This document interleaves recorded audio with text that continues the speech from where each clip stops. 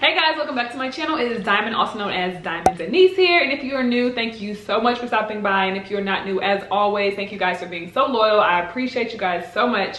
Y'all, today I'm gonna get right into this video. We're gonna talk about the SLP settings. I've been getting a lot of questions and DMs about which setting should I work in? What does this setting do? What's the difference in each setting? I got y'all, okay? Today I'm gonna share some tips and tricks and things that I know about each setting. I have not worked in each setting, but I'm just gonna share some insight. I've done some research. I have a list of stuff for you guys. So let's go ahead and get into it. Hopefully this video helps you guys figure out which setting you wanna work in, and also really just provide some more insight into each setting that there is that an SLP can work in. Let's go. So the first thing that you should know is that there are so many settings that a speech language pathologist can work in.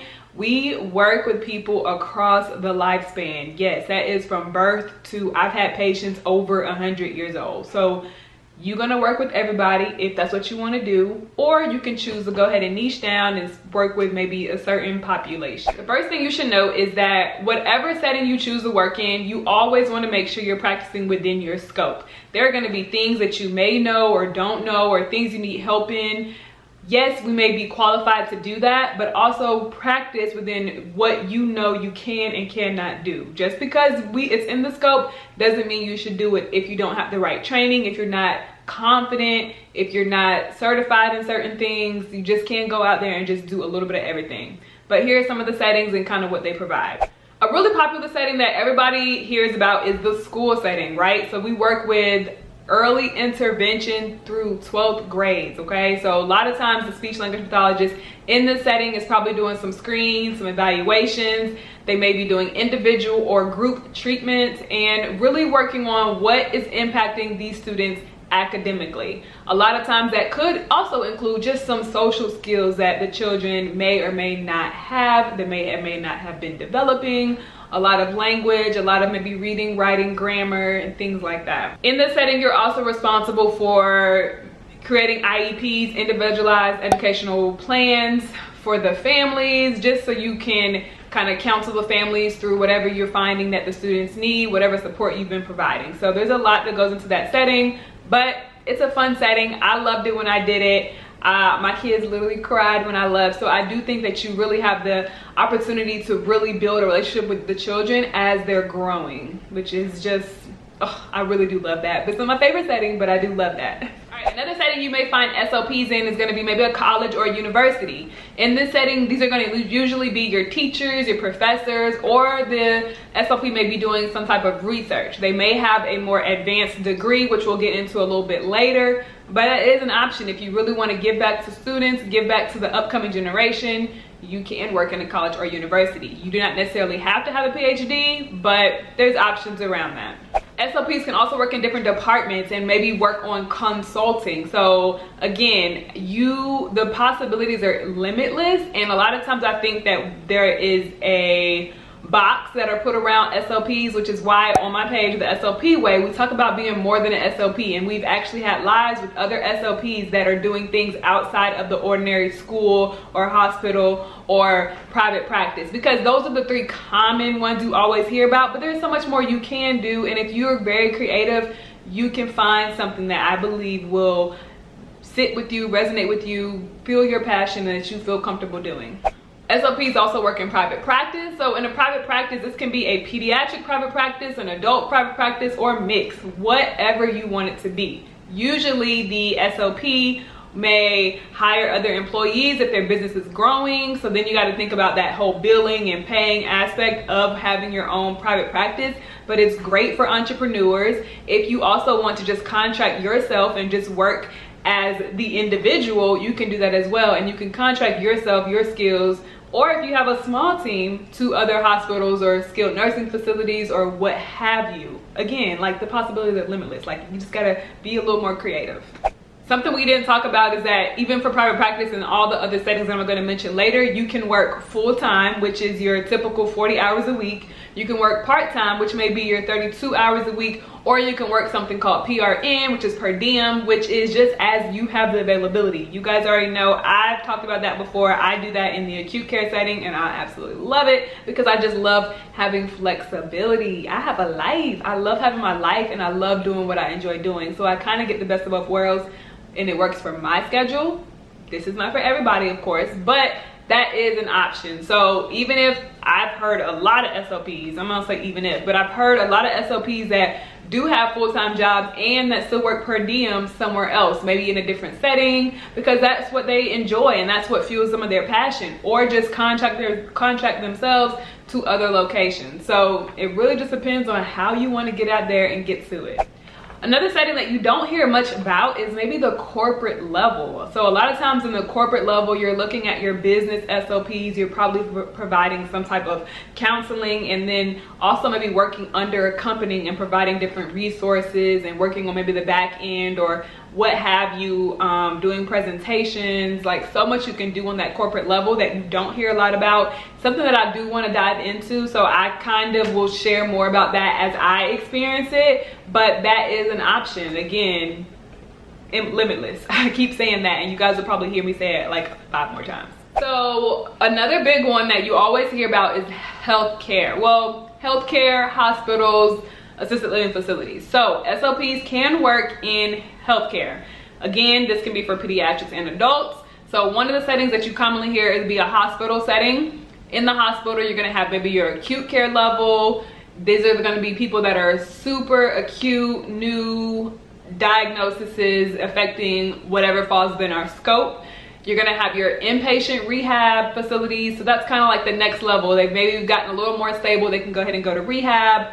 You'll have your outpatient setting. So these are the patients that are actually coming into where you are and you're providing whatever treatment, all that fall within the scope.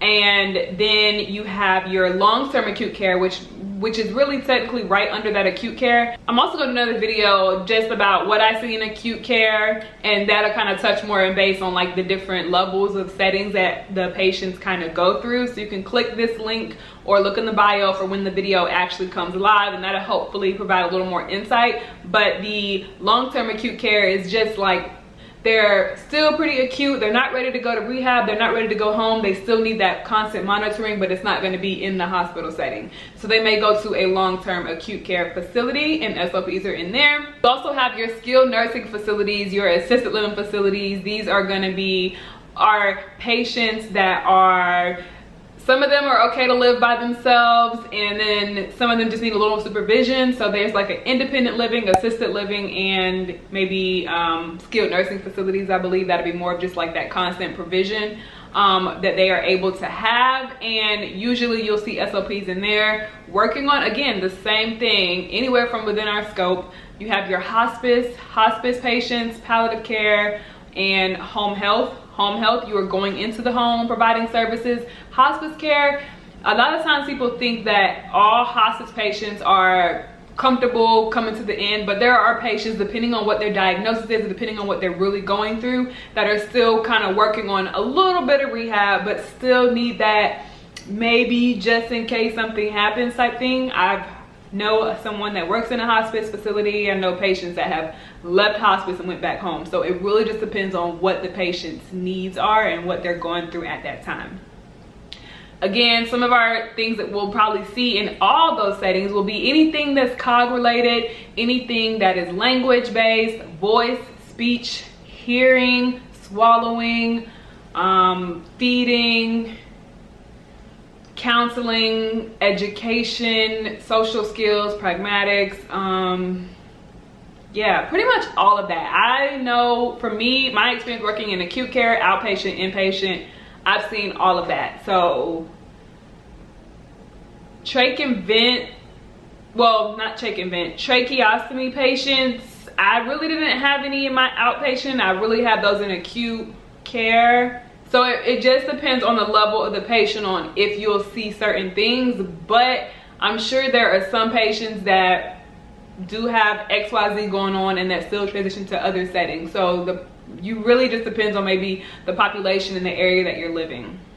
SLPs can also work in hearing clinics and work in different doctor offices and provide other, you know, research or education or a second point of view in areas that affect our scope. I know people that work in ENT clinics, and a lot of times you end up working on a lot of voice things, but that is perfectly fine if that is like your jam. SLPs can also work in local, state, government, federal roles at different clinical capacities, or take on certain administrative roles that impact or fall within our scope as well. And SLPs can work in the military, at VA hospitals, or work as a researcher, work as a scientist. Again, possibilities limitless. I think a lot of times what holds a lot of SLPs back is just getting stuck into one area and thinking you can only do one thing. But it really just depends on what you want to do. If you look at the things that we provide and look at the areas where we actually do research or do services that are beneficial to our patients, if you want to hone in on one of those and run with it, you can. So I would just encourage you to just think outside the box if you want to. Now, you do not have to. This video is not encouraging people to do other things outside of the typical settings, because I love my hospital and I don't think I'm going to start my own. But I just want you to be aware that you can really work anywhere and you can do anything you want to do. So I really hope this video provided some insight into the different settings that SLPs are usually found, and I hope that this really helps you on your journey in your career. Keep in mind that there are different educations that are required for some of these settings. Now, typically as an SLPA, speech language pathologist assistant, you don't do evaluations, you usually provide treatment, and that is normally on a bachelor level. You would then go to graduate school and get your master's degree, which allows you to do the evaluations, provide those treatment services, make diagnoses and things of that nature. There's also a clinical doctorate, and then there's your PhD. Usually a PhD, these people are looking into advancing more in the academia setting. They're going to really be involved in research, getting research funded. On your clinical doctorate level, it's more of like an advanced master's. Now, is the pay different in each setting? I know that's going to be a question y'all going to ask. And it really just varies. It depends on the setting you're in. It depends on the state you're in. It depends on where you're working. But you can still do well without having those advanced degrees. But if you're depending on how you want your career to grow and flourish, you may or may not need those advanced degrees.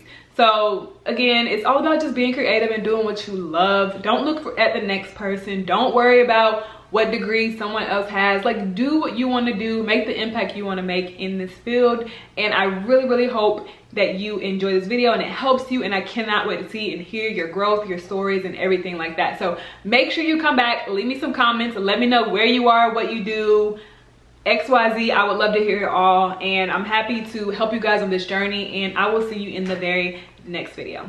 Bye.